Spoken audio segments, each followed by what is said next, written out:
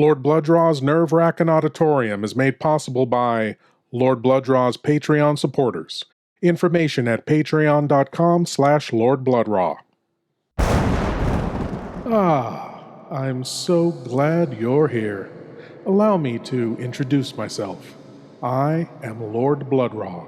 I host horror and science fiction films on my TV series, Lord Blood-Rah's Nerve-Wrackin' Theater, but here, in this cool, intimate darkness, I'll be presenting tales of horror and the uncanny solely for you, alone.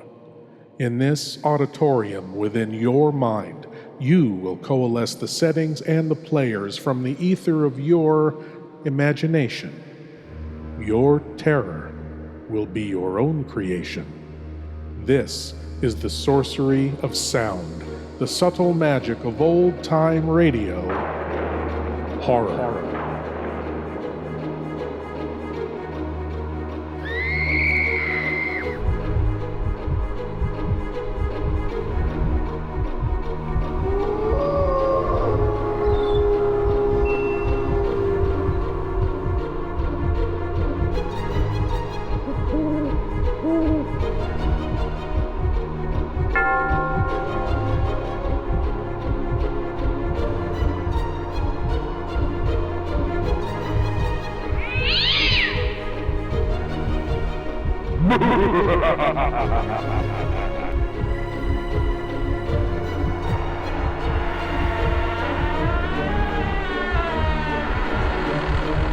Please leave your eyes at the door.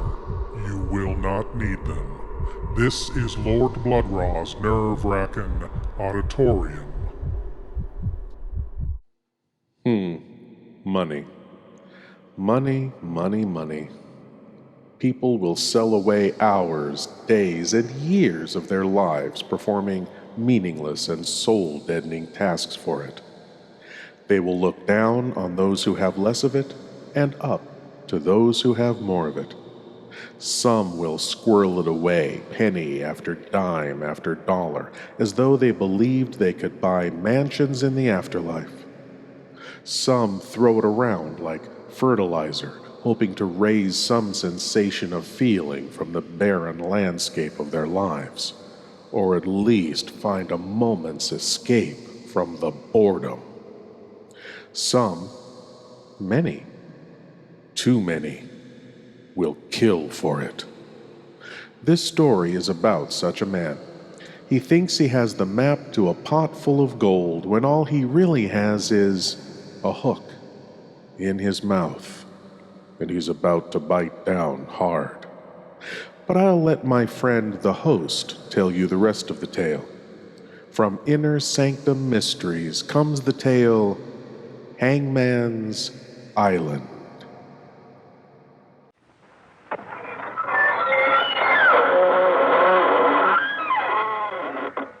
Good evening, friends of the Inner Sanctum.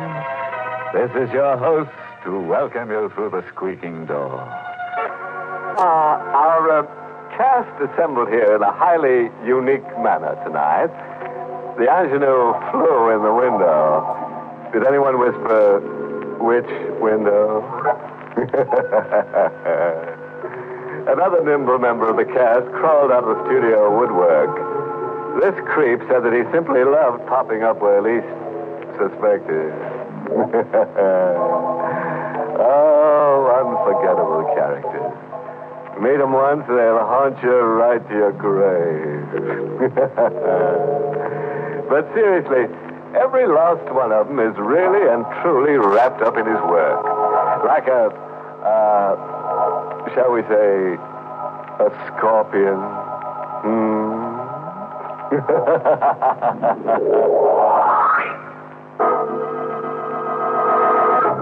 Tonight's Inner Sanctum mystery, Hangman's Island, was written by John Robert and stars Mason Adams in the role of Regan, with Elspeth Eric as Wilma. We're on an island somewhere off the Florida Keys. Hangman's Island. A bleak ruin of marsh, rubble, and Scotch pine trees. It is sometime between night and morning. Cowering in the marsh, crawling on all fours like a giant ant, ragged, smeared with his own blood, as his life slowly ebbs away. He crawls like a hunted animal with the taunting voice of the hunter exploding in his brain. Regan, are you dead yet? Regan! No use, Regan. I can hear you move. A bell rings every time you move. I know exactly where you are. And I watches you, Regan. And I as big as this island. Hinkley! Show yourself, I dare you.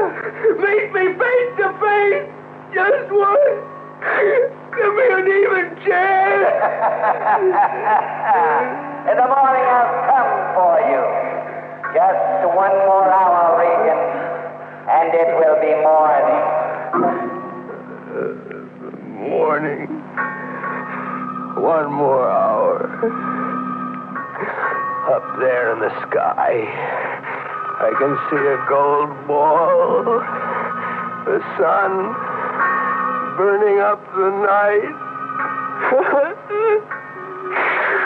A gold ball in the sky. All the gold I'm gonna get. It all began the day I got the feeling that Fats was about to dust me off. Part company. Fats had that little greedy gleam in his eye that spelled a secret bankroll. I could tell he didn't want me around to help him count it. Fats? Yeah? I could use 5. Who couldn't, kid? Hey, you're not hinting you think I've got 5. You got that well-fed look the last couple days. Lobster dinner look. You're talking from hunger, kid. I've been bumming coffee and just like you. Hand me that necktie, huh? Stepping out? Yeah. Regan. Why? I've been thinking. We haven't done so good, teamed up. Our luck's been all bad. So? So, we ought to face up to it. And part company, huh? Yeah. I was thinking that starting in the morning, one of us ought to shove off. Go it alone. Sure. No hard feeling. Sure. No hard feeling. Fats had some swindle cooking, and he wanted to hog it. I followed right behind him to a shack on the wharf that furnished cheap piano music and a heaping plate of fish and chips. I was right behind a paper-thin partition, watching Fats and a blonde doll sitting over a lobster dinner. The doll had hair as golden as anything in the mint. If he was the last dame in the world, you'd expect to make a pitch for roly-poly Fatso Crocker. I didn't catch your name the other day, Goldilocks. Wilma.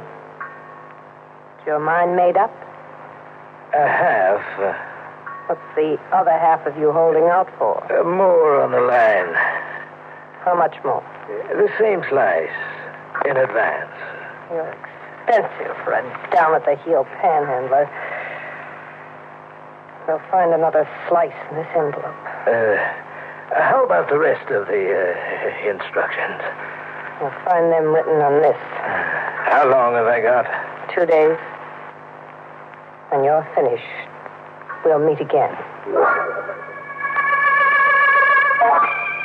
Fats was cooking a fancy dish, all right. Early that night in the wormy room we shared, I waited till Fats was asleep. I had to find things out fast before daylight brushed me out of his life. I went through his pockets. Fats had a bankroll, all right. More dough than he'd ever seen outside of his dreams. $10,000 in yellow-back gold notes, the kind the Treasury had called in back in the 30s. And all soiled and damp like they'd been buried somewhere. In another pocket, I found the note the girl had slipped him. It was a map of an island, drawn by hand like a treasure map with arrows leading in from a beach and pointing to what looked like a cave somewhere in the middle of the island. The map read Hinckley's Island. A treasure map right out of a kid's storybook.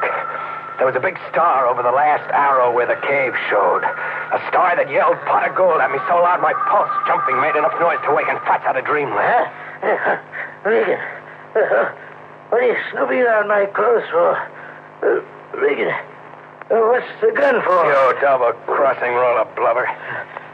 So you were thinking one of us ought to shove off in the morning? I was joking, kid. One of us will shove off. Just one of us. Oh, kid, don't be a fool. You don't know what it's about. I can read maps, too. And I can count off gold back. Regan, it's not your kind of a pitch. This isn't petty larceny. Something small time. What's the pillow for? What are you going to do? Guess. Regan, don't. We'll go together. I'll split the roll with you. Now go, Fats. I couldn't trust you alive anymore. No. So long, Fats. See ya in the next world. I could feel the warmth blow out of him like escaping steam. And then he grew cold. I dragged him out the back door, then rode across Crocodile Creek into the Everglades. I dumped him. I didn't have to weight him down or worry that he might float to the mainland and be discovered. Not a chance. Not in Crocodile Creek. I read the map again. Hinckley's Island, 4 miles out in the ocean. Made my way to a boat landing. I wanted to go after the money at once. It had to be hidden treasure. What else? I wasn't beating my brains out figuring what were the exact terms of Crocker's deal with the blonde, or what else lay behind it. I was too hopped up. At the boat landing, the ocean was acting up. The sign read Peterson's boats for hire, day or week. I knocked for Peterson. Yes? Want to rent a motorboat. Tonight? Tonight. They're rough out, son. It's my skin. I'll cover the liability. Where are you figuring on heading for? Hinckley's Island. Hangman's Island? I said Hinckley's Island. What made you say Hangman's Island? Because that's its name as we know it. What would a young fellow like yourself be wanting with Hinckley? Why, is he poisoned? They got the brand of the devil, Hinckley. Now you've got me interested. Exactly who is Hinckley? Hinckley used to be a public executioner, a hangman, somewhere in the islands. 5,000 in gold every time Hinckley threw the trap and sent a man swinging to eternity. How'd he come to settle on the island? He bought it and retired to it 20 years ago. Brought a young bride from the islands to settle there with him. Nobody's seen hide or hair of the bride ever since that first day, 20 years ago. Has anybody around here ever seen Hangman's Island? Not these years. It's worth your life to try. Hinckley's got barbed wire all around it. Electric voltage that'd burn you to a crisp if you touched it. A crackpot hermit, huh? You can have your money back. Land's drier and safer. I said I wanted to rent a boat.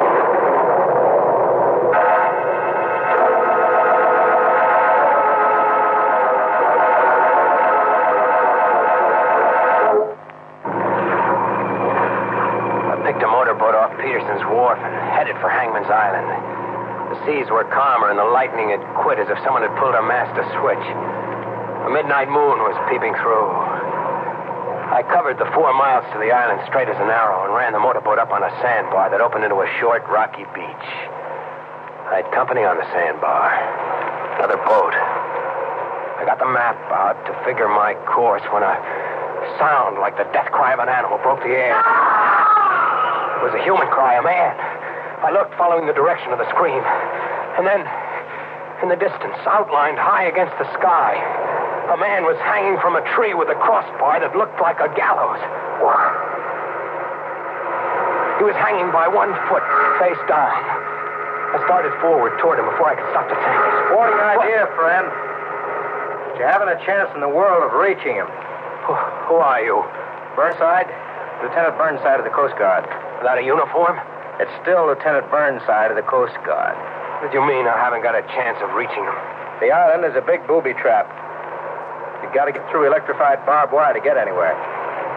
You get through the barbed wire, and you still got to get by delayed action bombs that'll blow you to smithereens. and quicksands cleverly covered over and camouflaged. And lime pits that would eat you alive if you dropped into one.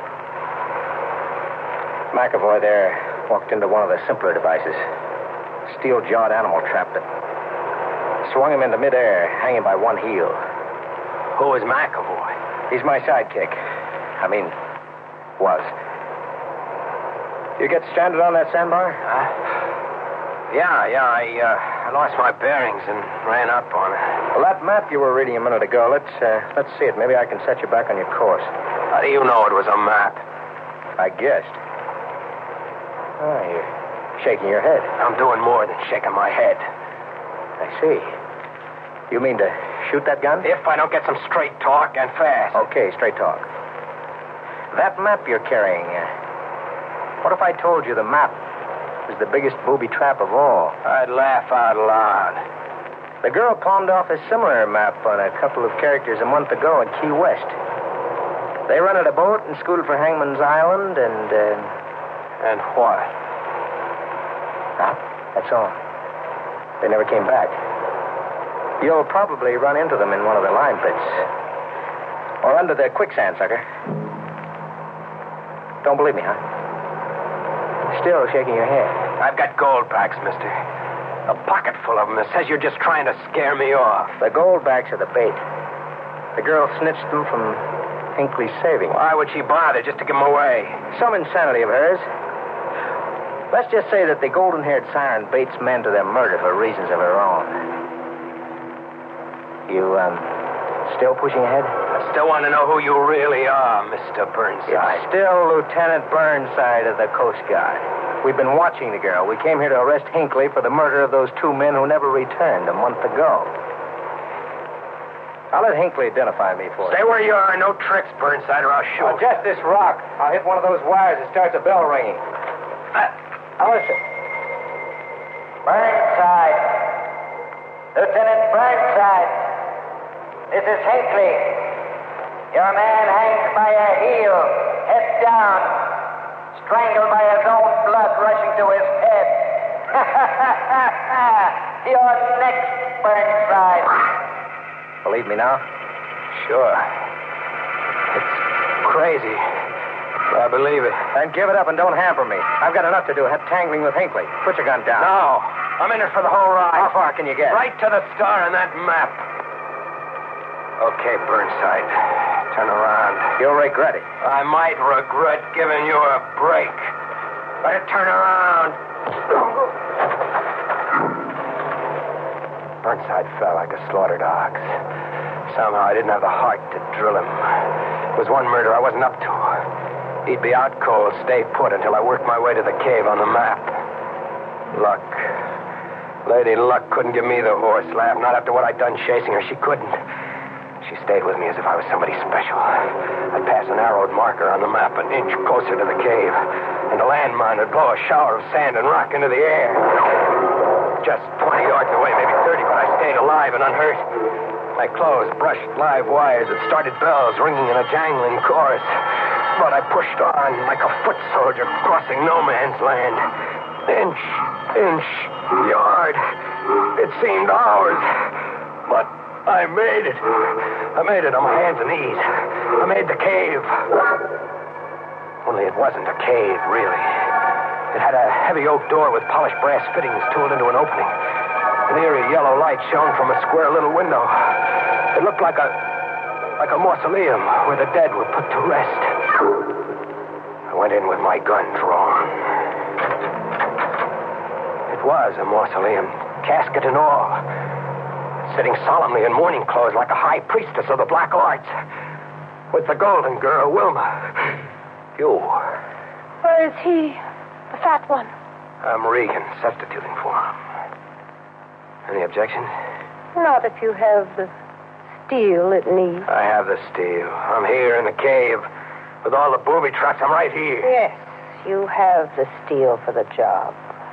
Job? What do you mean, job? You don't know? Not exactly. I guessed that Hinckley has a fortune hidden, a gold hoard maybe, and you're betting he loses it to whoever has the steel to take it from him. You made that kind of a deal with Croc. joke. Your guess is so funny. Oh, there's no gold hoard. Come again? I said there's no gold, no fortune. All you'll get is what I pay you. Look, sister, don't play cat and mouse with me. I killed a man. I crawled here on my hands and my knees. I'm covered with blood and sweat. I followed that map. I died with every arrow. Now I'm here at the end of the rainbow. Don't kid. I can't help what you imagine. I imagined a pot of gold.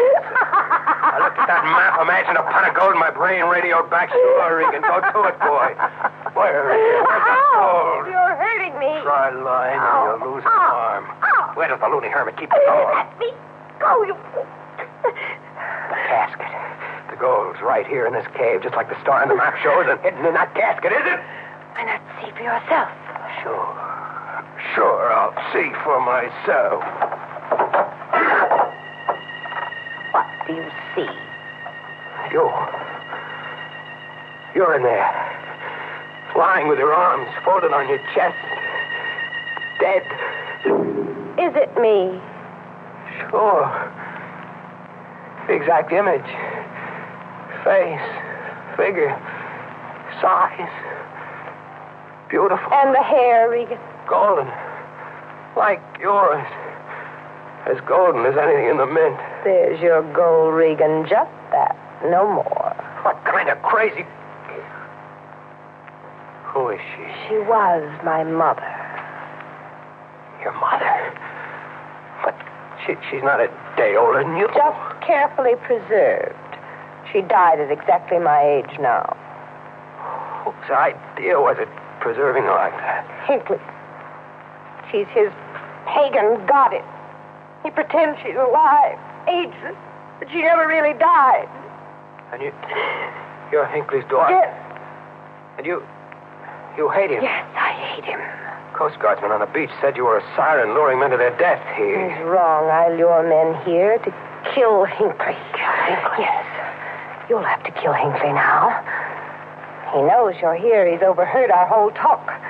This cave is wired and Hinckley listens. So if you want to live, you want to escape Hangman's Island alive, you'll have to kill Hinckley. Where are you going? Wilma, come back. You can't go. Wilma, come back! She was gone.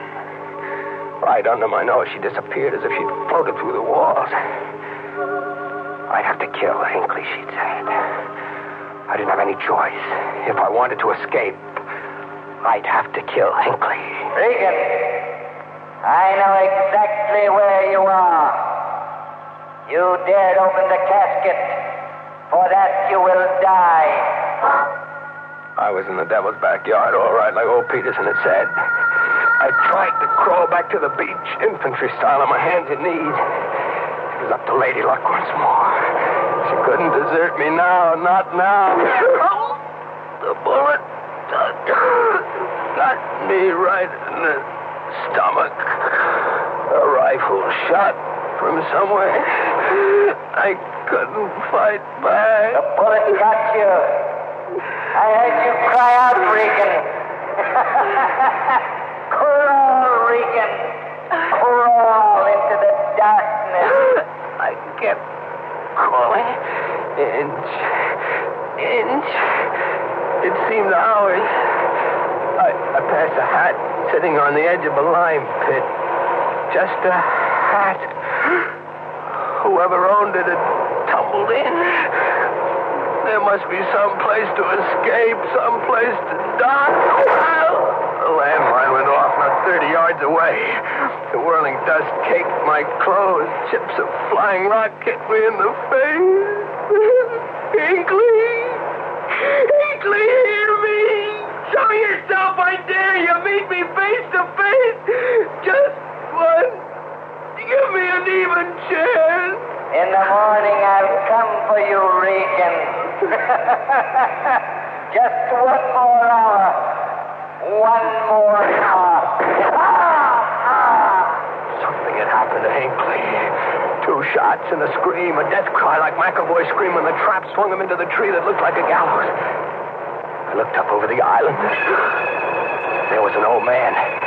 Hinckley. He had to be Hinckley. hanging by a heel face downward. It was Hinckley. Caught in his own booby trap. Regan. Do you hear me? Regan. This is Burnside speaking. Hinckley just lost control of the situation while running for cover from gunfire. Stay exactly where you are. In 1 hour, it'll be morning. And I'll come for you. 1 hour. Don't bother, Burnside. Don't bother coming.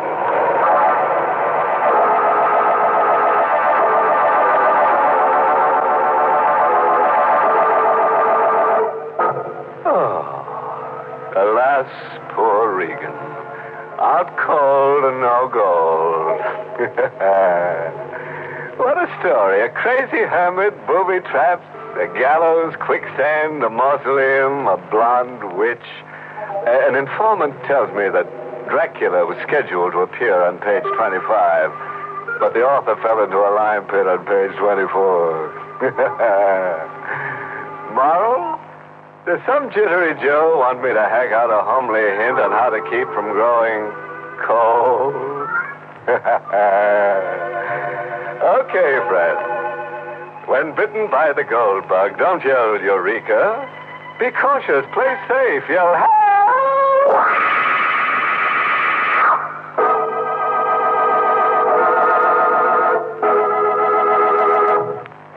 Good night. Pleasant dreams.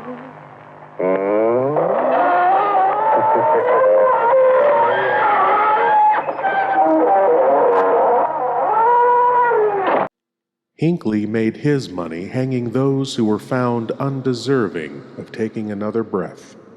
He saved that money, bought an island, took his young wife there, and promptly went insane, turning the island into an obstacle course of deadly machinations, with his equally mad daughter as a siren, calling men to shipwreck their lives on his shore. Regan thought he had a map to the good life. Money was going to make his life perfect. But at the end of his torturous road through the swamps and jungles was only the end. And before you start feeling too superior to any of the people in this story, ask yourself, what would you do for $100? $1,000? $1 million? $1 billion? Disturbing how your morals can fade away before your eyes, isn't it? Thank you for joining me in the Wrackin Auditorium, and I hope you'll come again. But now it's time for you to rejoin the, real world. I am Lord Blood-Rah, and I'll be waiting here for you in the shadows of your mind until the next time you seek the darkness. Good night.